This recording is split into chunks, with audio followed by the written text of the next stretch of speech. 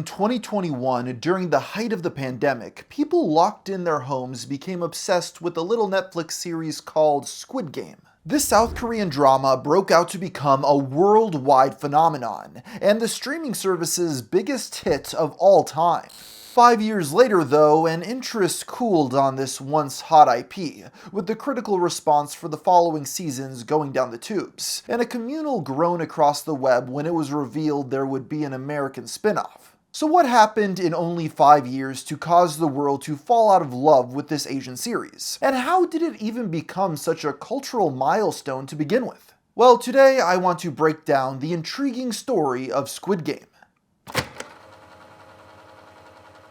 Our story begins in 2008 with Hwang Dong-hyuk, a Korean filmmaker who was struggling to come up with the script for his next project. He had very few credits to his name, and much like the rest of his country, was struggling financially. You see, since the 1990s, South Korea has been in the midst of a massive economic crisis, with rates of personal debt being higher than the entire country's GDP.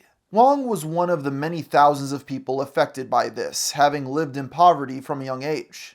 Discouraged from his inability to gain a foothold in the film industry, he spent a large amount of his free time reading manga, heavily gravitating towards stories about deadly competitions.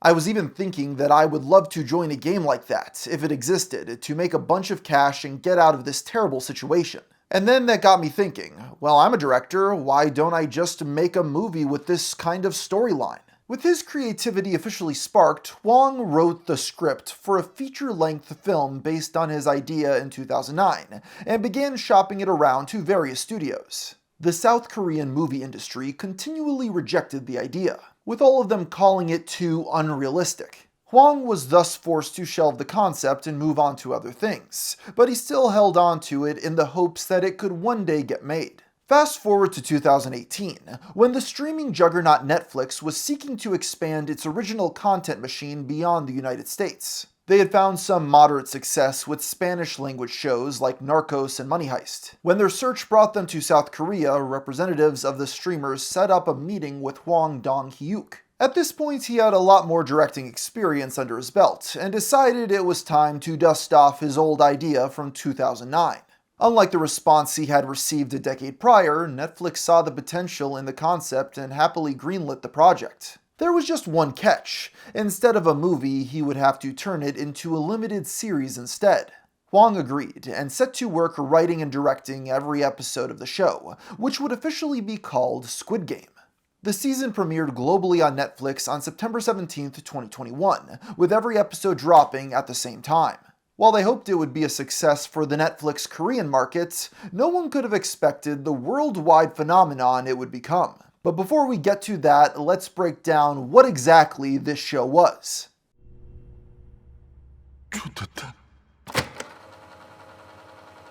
The series premiere, titled Red Light Green Light, introduces us to Sung Gi-hun, a broke gambling addict who is deeply in debt to a group of ruthless loan sharks. He is also in danger of never seeing his daughter again, since she is about to move to America with her mother and new stepdad. Unsure how to crawl himself out of this hole, Gi-hun has a chance encounter with a man in a train station known only as the Recruiter. He offers to play Doc G with Gi-hun, a traditional South Korean playground game in which the player must flip a paper tile on the floor by throwing another tile at it. For every round Gi-hun wins, the Recruiter will give him 100,000 won, about $70 USD. For every round he loses, though, he will receive a slap in the face instead. He is skeptical but decides to play anyway, losing round after round and getting smacked repeatedly. When Gi-hun finally wins, the Recruiter gives him his money as well as a mysterious business card with a phone number on the back, and offers him the chance to play even more games for an even greater prize. Feeling like he has no other options, Gi-hun calls the number, getting picked up by a black car and drugged unconscious. He wakes up inside a giant bunker, now wearing a tracksuit with the number 456 printed on it. He is surrounded by hundreds of other equally confused people, all with their own numbers. It's here that our protagonist begins meeting the other characters with whom he will be forming a bond over the course of the season. Most notably, there is an old man, who he learns much later is actually named Oh Il-nam. On top of this, there's Cho Sang-woo, an old friend of Gi-hun whose once successful business fell apart when he began trading in futures. The one common thread that unites everyone in the bunker is that they are in crippling debt with no hope of financial recovery. The group are eventually greeted by masked individuals who lead them through an MC Escher-inspired labyrinth of seemingly infinite pastel-colored staircases, finally arriving at an open field with a giant animatronic child at the other end. They are told that they will be playing Red Light Green Light, the classic game in which players must reach the other end of the field, only moving when the person at the far end is not looking. When the game begins, though, they soon realize the dark truth. Any player who is eliminated is immediately shot and killed. The episode concludes as our protagonists barely survive this first round as their fellow contestants are gunned down around them. In the very last shot, we pan up to reveal that this is all taking place in a mysterious remote island. This is by far the least realistic part of the show, since in real life, billionaires do not use their private islands to do evil things. The premiere cleanly establishes everything a viewer needs to know about Squid Game. Firstly, it takes its time setting up Gi-hun's living situation, making it understandable why he would take the recruiter up on his offer. And once he reaches the island, the stark visual contrast gives the whole thing a surreal edge, with the childlike imagery making the grisly violence all the more shocking. On that subject, the show's use of guns to execute disqualified players was something Hwang included to demonstrate the island's unreality. In Korea, we don't use guns, so the gun is actually a very unrealistic weapon in Korea. I personally thought that having the people be eliminated using a gun was in fact very unrealistic in a way, meaning that it was not as violent because it was more symbolic than realistic. It's interesting to think that this is an element of Squid Game that did not translate at all to overseas audiences, since gun violence is such a large part of American media and society. The following episode, simply titled Hell, shows the surviving players traumatized by what they have just experienced. The masked men offer them a choice. If enough people vote to end the games early, they will all be sent home, no questions asked. Even though the decision seems obvious, before the voting begins, the masked men explain one more rule of the game that hadn't been stated earlier. For every player that gets eliminated, 100 million won would be added to the total prize pool, meaning that the last man standing will win a total of 45.6 billion won, roughly 37 million USD when accounting for inflation. This is represented by a giant piggy bank hanging over the bunker that continually fills up with cash, and makes the decision much more difficult for the financially struggling players. Even still, the majority votes to end the games by a narrow margin, and they are all sent home empty-handed. However, they are told that they will be able to return if enough of them decide to do so. What follows is nearly an hour of watching the main cast struggling to make ends meet, slowly coming to the realization that their best shot of achieving financial stability may actually have been on the island. In the end, against their better judgment, they each decide to return. Hell is the lowest rated episode of Squid Game Season 1 on IMDb with 7.5 stars. Those who hated it described it as boring and time-wasting, since they just wanted to get back to the excitement of the games instead. On the other hand, those who love it believe that it's necessary to make the characters feel more realistic. If they had simply voted to keep playing right off the bat, the audience wouldn't feel nearly as much sympathy for their plight. They would have been literally trapped, whereas here they are metaphorically trapped in debt. In a later interview, Hwang made it abundantly clear what point he was making. I wanted to write a story that was an allegory or fable about modern capitalist society, something that depicts an extreme competition, somewhat like the extreme competition of life. This episode also features a scene in which Gi-hun goes to the cops and tries to report what happened, but they don't believe him. It's here that we're introduced to Hwang Jun-ho, a police detective searching for his missing brother who believes that the disappearance is somehow linked to the games. With the players back on the island, the competition continues in the season's third episode, The Man with the Umbrella. Jun-ho is also able to sneak onto one of the boats, disguising himself as a masked worker. This is where we get a better glimpse of the game's employees, as they are kept under the same strict conditions as the players, and most of them have similar financial problems. They are led by the frontman, a mysterious robed figure who presides over everything from his control room designed to look like a jazz lounge. As for the players, the next game is Dalgona. in which the goal is to cut a shape out of a honeycomb cookie without breaking it. Out of the 4 possible shapes, Gi-hun unknowingly chooses the most difficult one, the umbrella, and narrowly gets through the round alive. Next to Red Light Green Light, this became the most iconic and recognizable game of the entire show, especially to Western viewers who had never heard of it before. From here we can break off from individual episode descriptions since the rest of the season continues on this trajectory. Jun-ho dives deeper into the conspiracy, discovering that some of the workers are secretly harvesting organs of eliminated contestants to sell on the black market. Meanwhile, players continue to die off as the games progress, including Oh-il-nam, whom Gi-hun had formed a tight bond with in the prior episodes. The greed and violence takes its toll on the survivors of each game, with Song-woo in particular descending further into darkness after each round. At the same time, Jun-ho's investigation eventually brings him face to face with the frontman, who takes off his mask to reveal that he is actually In-ho, the detective's missing brother. Jun-ho is shot, falling off a cliff seemingly to his death. It's during this time that we should mention the most frequently criticized element of Squid Game Season 1. You see, in the 7th episode, we are introduced to the VIPs, wealthy benefactors who pay top dollar to watch the bloodshed. Unlike all the other characters in the show, they speak in English rather than Korean, and their performances were unanimously viewed as the worst part. I find it hard to believe the host would miss a night like tonight. Amidst these criticisms, the actors behind the VIPs came out and gave interviews to elaborate on what went wrong. Since Squid Game's showrunner was not a native English speaker, it's unsurprising that his direction for them was often difficult to understand. It didn't help that the actors were given no context for what the story was actually about. The final episode of the first season, titled One Lucky Day, begins as the final 2 survivors, Gi-hun and Sang-woo, are led to the final round of the competition, the titular Squid Game. The rules are fairly complicated, but essentially one player stands inside the shape drawn on the ground that resembles a squid, and the other player must come in from the outside and take the middle through force.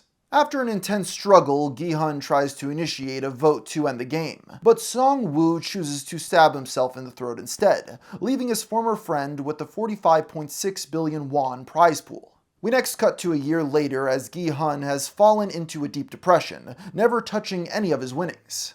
He receives a mysterious invitation to a lavish penthouse where he finds Oh-il-nam still alive.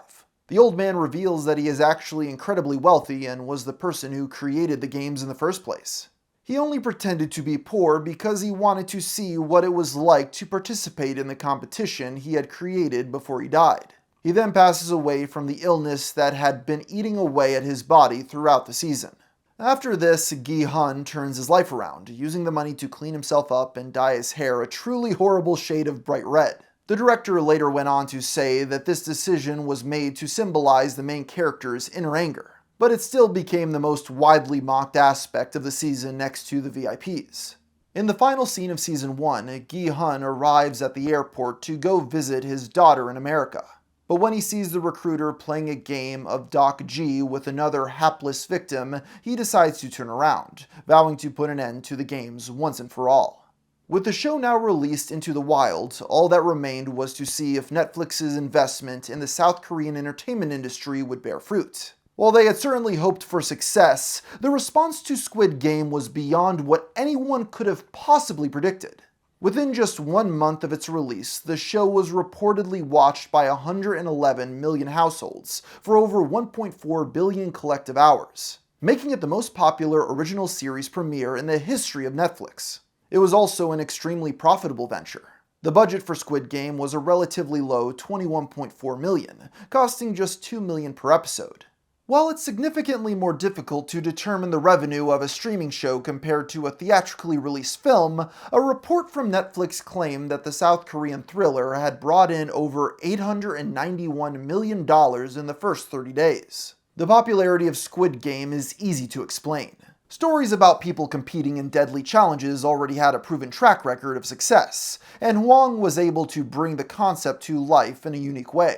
The pink pastel colors and innocent decorations contrasted with the intense blood and violence offered an experience that felt new and fresh. Add to that the characters were all fleshed out and believable, and the premise was able to appeal both to people who just wanted edge-of-your-seat excitement, as well as those who were looking for something more substantial, that tackled a broad social theme. The pacing of the show also made it incredibly bingeable, since episodes often ended right in the middle of a game, encouraging viewers to keep watching to see who would live and die.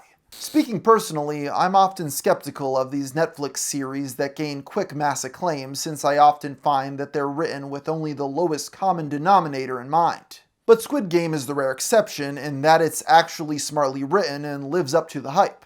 The timing of the show's release also can't be overlooked when talking about why it took off the way it did. September 2021 was deep in the midst of the lockdown from the pandemic, and people across the globe were stuck indoors with nothing to do but watch TV on streaming services. That being said, the meteoric rise of Squid Game still came as a shock to everyone, including Netflix themselves. When the show first premiered, the default setting for Western viewers was the English dub rather than the original Korean audio. When Americans tuned in to see what all the fuss was about, many were put off by the low quality of these performances, and several of the dubbed scenes became memes as Squid Game's notoriety continued to rise. Played these games before! Eventually, the criticism became so intense that Netflix changed the global default to the original voices. The intense passion that American audiences had for Squid Game had caught the streamer completely by surprise, and the intense marketing potential was being noticed even by people outside of the corporation. Jimmy Donaldson, better known as Mr. Beast, is a man who needs no introduction. At the time of writing, he has the most popular channel on all of YouTube with 452 million subscribers and over 100 billion views total. A large portion of his videos involve people performing over-the-top challenges in exchange for large amounts of money, which is a concept that may sound familiar if you've been paying attention up until this point. On October 11th, 2021, only a month after the Netflix show's release, Jimmy posted a TikTok claiming that if he reached 10 million likes, he would make a video fully recreating Squid Game in real life. That goal was met incredibly quickly, and the very next month, Mr. Beast uploaded 456,000 Squid Game in real life, in which, well, the title pretty much explains it.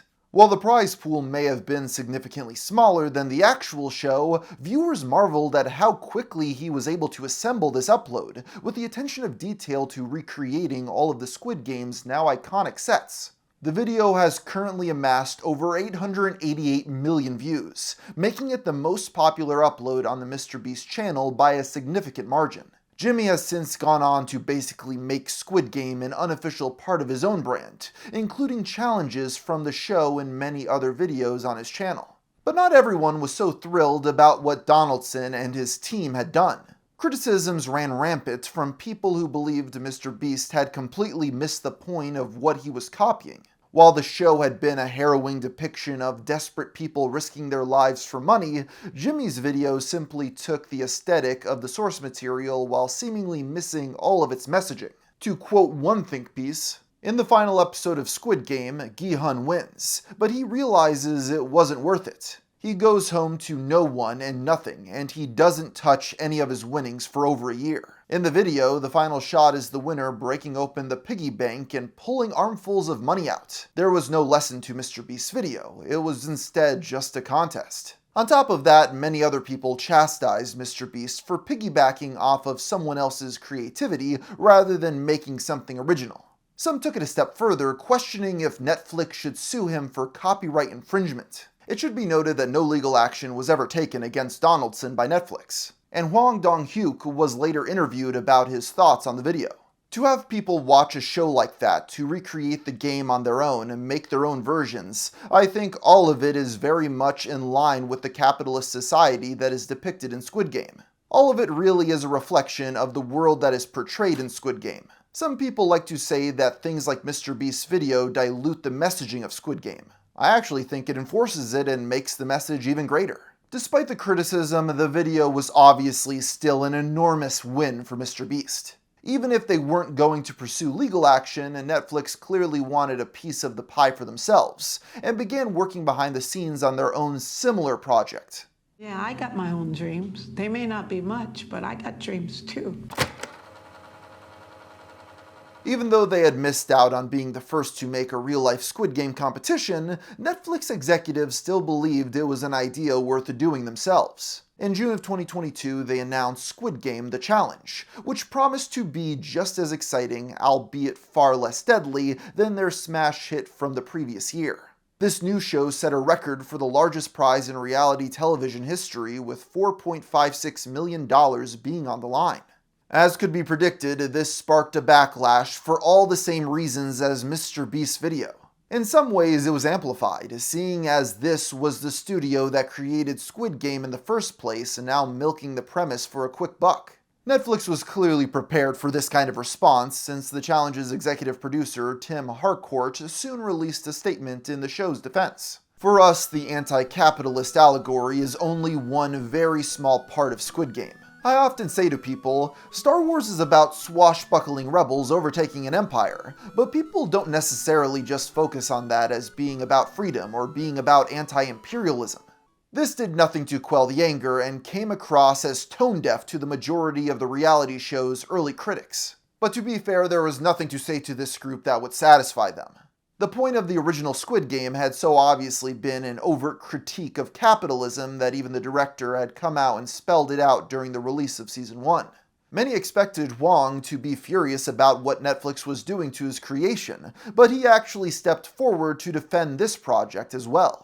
I think that even though our show does carry quite a heavy message, and I know that there are some concerns of taking that message and creating it into a reality show with a cash prize. However, I feel like when you take things too seriously, that's really not the best way to go for the entertainment industry. This was admittedly a pretty vague and tepid statement that many critics interpreted as Hwang simply trying to toe the line to keep his corporate overlords happy.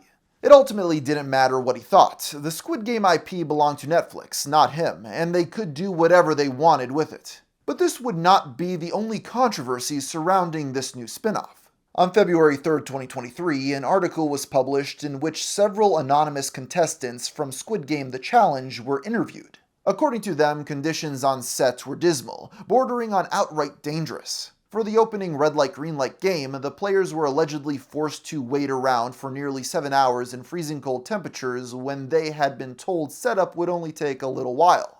When the game actually started, contestants found it incredibly difficult to stand perfectly still when red light was called, to the extent that 4 people reportedly fainted and medics were called for several more. It got to the point where the rule was changed mid-game so that players simply had to stand in the same spot rather than remaining completely motionless. Other reports claim that there wasn't nearly enough food provided for everyone involved, and other basic supplies like chapstick were so scarce that some contestants had to lubricate using condoms. Production sources around Netflix have denied many of the more damning allegations, and while a class action suit was threatened, nothing ever was filed. Even with all these troubles, Squid Game: The Challenge was still released on November 22, 2023 to incredible success. It accrued over 1.42 billion minutes of watch time within the first week, making it the most watched show on any streaming service during that time frame. While audiences who just wanted to see more people compete in Squid Game challenges loved it, critics blasted it for all the reasons we've already discussed. The response, while obviously mixed, was enough for Netflix to declare the show a hit, greenlighting a second season that premiered in November of 2025. If you hadn't heard about Season 2, neither had most people, as it saw an 80% decrease in viewership. Funnily enough, a year after Squid Game: The Challenge, Beast Games was released on Amazon Prime, Mr. Beast's own similar reality competition show. It had an even bigger cash prize of $5 million, an even larger number of contestants at 1,000, and courted even more controversy that we don't have time to get into today. If only someone had made a dedicated 3-hour-long video covering every Mr. Beast scandal. Regardless, the success of the challenge Season 1 made one thing perfectly clear at the time: Squid Game was more than just a one-hit wonder. It was an incredibly valuable intellectual property, and Netflix was going to capitalize on it. Across late 2023 and into 2024, they unveiled more projects such as a live experience in New York, a mobile game titled Squid Game Unleashed, and even announced a planned American spin-off from acclaimed director David Fincher. All things considered, I'm sure they sold a lot of toys. This all begged the question though, what about the actual show? It had been 3 years since the release of the first season, and in that time Netflix had turned it from a simple television miniseries into a titan of popular culture. It only seemed natural that a continuation of the original Squid Game show would happen eventually. Hwang was initially reluctant to make a follow-up, stating in a later interview, "I wasn't seriously considering that possibility, nor was I particularly eager to do it. Physically and mentally, making the first season was so exhausting, so I never thought I'd want to make another season." But his thoughts clearly changed over time, or perhaps Netflix was able to apply some pressure. Whatever the case may be, Season 2 of Squid Game premiered on December 26, 2024. 게임을 하다 걸리면 죽습니다! The second season premiere, titled Bread and Lottery, picks up 2 years after the end of Season 1. Jun-ho has miraculously survived his fall off the cliff and has since retired from his job as a detective and instead works as a traffic cop. Nobody else on the force believes his story about the games, and he regularly goes on expeditions with a sailor named Captain Park, who found Jun-ho in the ocean and saved his life, in order to find the mysterious island. Meanwhile, Gi-hun has hired the gangsters he owed money to in the last season to hunt for the recruiter, conducting the operation from an old hotel he purchased with his winnings. Thankfully, he's also stopped dyeing his hair red. While the search initially seems fruitless, the gangsters eventually find the recruiter after months with no leads. They tail him for a bit before he kidnaps them and forces them into a deadly game of rock, paper, scissors. He then goes to confront Gi-hun at the hotel and challenges him to a round of Russian roulette, which the mysterious man loses, ending the episode as the recruiter obeys the rules of his own game and takes his own life. In the following episode, titled Halloween Party, Jun-ho manages to track down Gi-hun at the hotel and suggests that they join forces. They find an invitation on the recruiter's corpse to a party that they assume will be their best bet to finding the operators of the games. Gi-hun also reveals that he stockpiled a large amount of weapons and hired a group of mercenaries in order to wage war on the masked soldiers. As one more added precaution, he has placed a tracking device in his mouth in case something goes wrong. And things do indeed go wrong, as all the group's plans fail one by one. Gi-hun eventually ends up in a limo speaking with the frontman, and as a last resort asks to be put back into the games, resulting in him once again getting gassed unconscious. This leads us directly into the next episode, 001. Gi-hun wakes up in the same bunker wearing his now iconic tracksuit labeled with the number 456, surrounded by people unaware of the horrors they were about to endure. This is where we're introduced to most of the principal cast for the next 2 seasons, but since there are many more named characters this time around, I'll only go over the most important ones. First and most consequential of all, there's Jun-hee, a pregnant woman trying to gain enough money to support her upcoming family. The child's father, Mi-young-gi, is also a contestant. He's a former online influencer who specialized in cryptocurrency, trying to recoup the debt he incurred after some bad investments. Even though he also wants to provide for the coming baby, Jun-hee wants absolutely nothing to do with him. There's also Hyun-ju, a trans woman who needs the money to finish her transition and move to Thailand, where the people will hopefully be more accepting of her identity. The character courted some amount of controversy when the season initially dropped. Firstly, it probably isn't surprising to learn that some people just didn't like seeing transgender representation in the show at all, decrying it as woke. Those on the other side of the aisle, though, objected to the fact that Hyun-ju was being played by a cisgender actor. In interviews, Hwang defended the decision. When we researched in Korea, there are close to no actors that are openly trans, let alone openly gay, because unfortunately in Korean society, currently the LGBTQ community is rather still marginalized, and more neglected, which is heartbreaking. As the season went on, critics of the casting choice began to warm up to Hyun-ju when they saw how tactfully she had been written and performed. A later episode included a scene in which she went into the women's bathroom with a group of other female characters. As I'm sure you're aware, the issue of trans people being allowed to use the restroom of the gender they identify with is seen as an incredibly contentious topic, and pro-LGBTQ viewers generally praise Squid Game's handling of the subject. So it was really nice to see the show address it in a way that, one, didn't feel forced and wasn't all about just because she's trans doesn't blah blah blah. it wasn't like preachy at all, if that makes sense. It was just like, of course she's coming with us, she's a woman. The final major player of the season worth mentioning is, objectively speaking, the greatest character in the history of television, a rapper known simply as Thanos. And before you ask, yes, he is named after the Marvel villain. He's easily the most entertaining element of Season 2, as he constantly dances and sways as if music is always playing in his head, and he sprinkles English words into his dialogue seemingly at random. He's also a complete sociopath, making him incredibly fun to hate as the competition intensifies.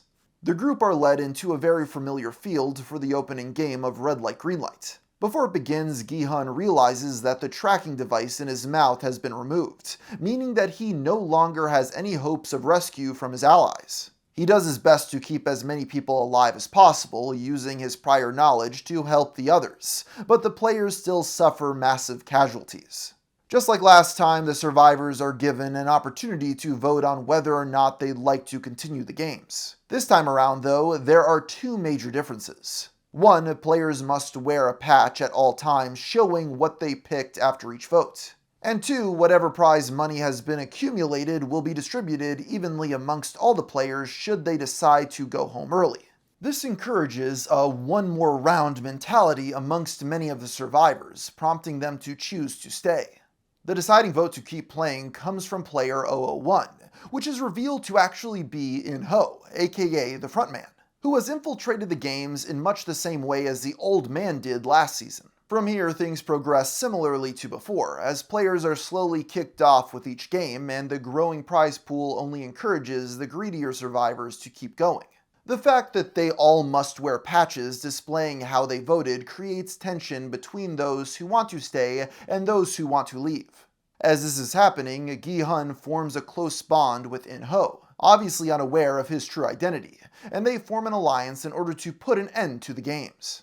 This brings us to the Season 2 finale, Friend or Foe. The conflict between the two factions has boiled over into an all-out war, as players begin brutally killing each other in between the rounds. Sadly, this includes our beloved Thanos. He will be missed. The masked soldiers eventually come in to break up the violence, and this is when Gi-hun and his team put their plan into action. They pretend to be dead just long enough to take the soldiers by surprise and steal their guns, giving them a chance to fight back. They then arm themselves and lead a group of players out to take the fight straight to the frontman's office. Meanwhile, on the outside, one of the mercenaries working with Jun-ho to find the island discovers that Captain Park is secretly in cahoots with the people running the games, although he is killed before this information can be relayed to the rest of the team. Back on the island, the revolution seems to be going quite well at first, as Gi-hun is able to get incredibly close to the main operations room. However, the victory is short-lived. As the rebels start running low on ammo, In-ho reveals his true colors and turns on the players, leaving only Gi-hun alive to stew on his own failure, ending the season on a seemingly hopeless note. Within the first week of its release, Squid Game Season 2 reportedly amassed over 4.9 billion minutes watched, beating out the record from the previous season. While it was still beloved critically, general viewers aren't quite as warm to it. It gained a 64% audience score on Rotten Tomatoes, a far cry from Season 1's 85%. This can be attributed to a few factors, but the main criticism seems to be the length and pacing. Many audience members felt like the whole thing was drawn out unnecessarily, leaving them frustrated by the cliffhanger ending. I also didn't mention an entire subplot involving a North Korean defector who works as a masked soldier, trying to save the life of one of the players. This carries over into the third season as well, and never meaningfully ties into the main storyline, only adding to the feeling that the show's length had been needlessly padded. There are also a few other characters that I never mentioned simply because they weren't necessary to the broader plot synopsis. While I do think these are valid critiques, I still enjoyed Season 2 of Squid Game overall, and found it to be a worthy follow-up to the original. That said, it can't be ignored that Season 2 did not have nearly the same cultural impact that Season 1 did. The only piece of imagery to gain mainstream attention was a meme contrasting Gi-hun's smiling photo from Season 1 with his scowling photo from Season 2. Thankfully, fans would not have to wait nearly as long for the show to return as they did last time, since Season 3 premiered less than a year later on June 27, 2025. Let's go again. As you wish. The third season premiere can largely be glanced over since it primarily deals with the protagonist picking up the pieces from the previous finale. Gi-hun has been forcibly handcuffed to his bed as punishment for his rebellion, and has lost any will to continue. Jun-ho and his team investigate the mysterious disappearance of one of their mercenaries, and the detective becomes suspicious of Captain Park. The second episode, titled Starry Night, reveals that the next game is hide and seek, as the players are split into two groups and released into a maze. The hiders are each given keys, with their goal to either survive until the timer runs out or find the hidden exit. The seekers, on the other hand, are given daggers and are instructed to kill at least one hider within the allotted time. Jun-hee and Hyun-ju are both put on the hider team and decide to partner up. However, complications arise when the young woman goes into labor, giving birth to her child in the middle of the maze. Hyun-ju is able to locate the exit, but is tragically killed by Mi-young-gi, who didn't realize that she was trying to help the mother of his child. While the events of this episode are undeniably brutal, there was one element that some viewers found distracting. You see, Jun-hee's newborn child was not played by a real baby, but was instead represented via CGI. There doesn't seem to be an official explanation as to why it was done this way, and it isn't even the only example of obviously fake computer graphics replacing a real living thing this season. But it became a point of contention amongst some Squid Game fans who found it impossible to take the baby seriously due to the subpar effects. In Season 3's fourth episode, titled 222, the players are in the midst of the next game, Jump Rope. They must cross a bridge above an incredibly high drop, all while two robots on either side swing a rope to try and trip them up. By this point, the VIPs have arrived to observe the games, still with the same stilted English dialogue as before, and they decide it would be much more interesting if the baby was added as a new player. As an additional point of difficulty, Jun-hee fractured her ankle in the last game, making it nearly impossible for her to get to the other side alive. Mi-young-gi offers to help her cross, but she is still furious at him after he killed Hyun-ju. Gi-hun steps in to offer aid, carrying the baby across and vowing to return for Jun-hee. When the baby is safely escorted to the other side of the bridge, though, the mother decides to sacrifice her own life rather than be a burden. As this is happening, Captain Park receives orders to kill Jun-ho and the mercenaries. The detective is able to survive the attack, killing Park but leaving him with just one soldier left alive to help infiltrate the island. Back in the bunker, there are now only a handful of survivors left, including Gi-hun, Mi-young-gi, and the baby. They are informed that in the final game, they will all get to decide exactly who will be eliminated, and the other players form an alliance against Gi-hun and the infant. In the middle of the night, Gi-hun is summoned to the office of the frontman, who hands him a knife and gives him permission to kill the other players in their sleep. Through a flashback, we learn that this same choice was given to In-ho back when he himself was a player. Unlike him though, Gi-hun finds himself unable to go through with it, causing the frontman to begin questioning his own beliefs about the nature of humanity. This leads us to the penultimate episode of the series, Circle, Triangle, Square. The remaining players are led to a room with 3 large towers over a deadly pit for the final round, Sky Squid Game. On each tower, they must push a button to start the round, and then kill at least one person within the time limit in order to move on to the next tower. They must do this across all 3 towers, and the prize money will be distributed amongst whoever is left standing by the end. The Alliance votes to kill the baby first, but Mi-young-gi convinces them that it would instead be smarter to start by eliminating a different player who had slowly been losing his mind over the course of the games, since his erratic behavior could prove detrimental going forward. On the second tower, though, he has no other options. The Alliance tries once again to eliminate the infant, causing Mi-young-gi to turn against them. A bloodbath ensues, leaving just Gi-hun, Mi-young-gi, and the baby alive for the final tower. That sets the stage for the grand finale of Squid Game, titled Humans Are. As Gi-hun tries to work out a solution to the problem they have now found themselves in, Myung-gi's sanity begins to break and he lashes out. The two men fight, resulting in the child's father plummeting off the tower to his death. There's just one problem. The last round had not officially started yet, meaning that one more person will have to die. With defiant last words, Gi-hun sacrifices his life so that the baby can live. During this time, Jun-ho has finally arrived on the island and alerted the Coast Guard of its location.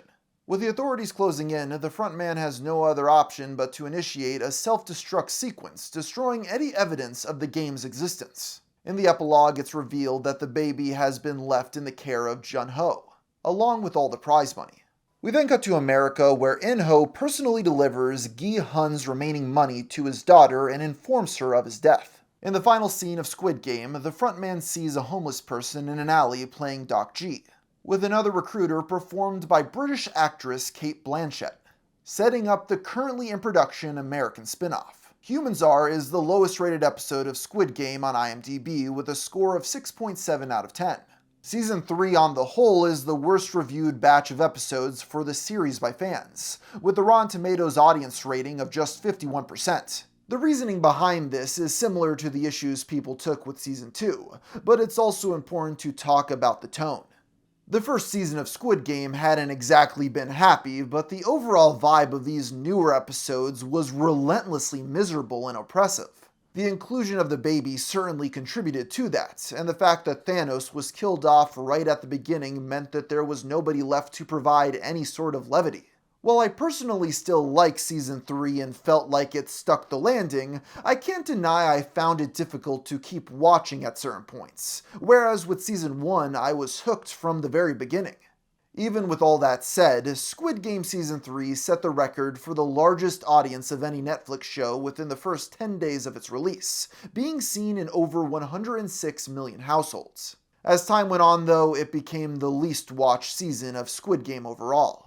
The record stats at its release are baffling to me though, as I heard few talk about Squid Game Season 3 when it came out. My theory is that while it's still a cultural juggernaut overseas, it has lost relevance in America, with Netflix now only revealing the stats that make it look as big as possible.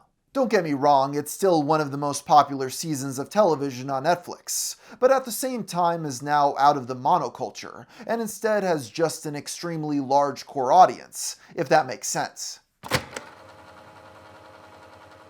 In conclusion, Squid Game is a very interesting phenomenon in the world of pop culture. It sits in the sort of limbo where it can be both an artful, director-driven story that appeals to high-minded critics, while also providing thrills and action for people who don't want to think too hard about the television they consume. It's kind of like how The Sopranos is seen as one of the most thoughtful character studies in television history, while a lot of the mainstream audience that watched it just wanted to see people getting whacked. With that in mind, it's no wonder why the latter two seasons began to lose that second audience. Even still, despite how much Netflix has tried to milk the franchise dry, there's still a lot of life left in Squid Game. Even the American spin-off show, which by all accounts should be nothing more than a blank cash grab, has a widely acclaimed filmmaker and actor attached to it, so there's reason to be optimistic. It's also worth mentioning the wider global context of Squid Game. Season 1 came out during a time when Asian cinema, specifically South Korea, was beginning to make a wider splash in the West. Just a year prior, Parasite won Best Picture at the Academy Awards, becoming the first non-English language film to achieve that honor. A few years later in 2025, the Chinese animated movie Neza 2 brought in over $2 billion at the global box office, making it the highest-grossing animated film of all time. It also reached the number 5 spot on the list of the highest-grossing movies ever, making it the only non-American production in the top 50. All this goes to show just how influential Asia is becoming in the entertainment industry. Time will ultimately tell if the franchise continues to bear fruit, but the imagery of the games will undoubtedly remain staples of pop culture for a long time yet to come. Now, if you'll excuse me, I've been invited to an island to play some games.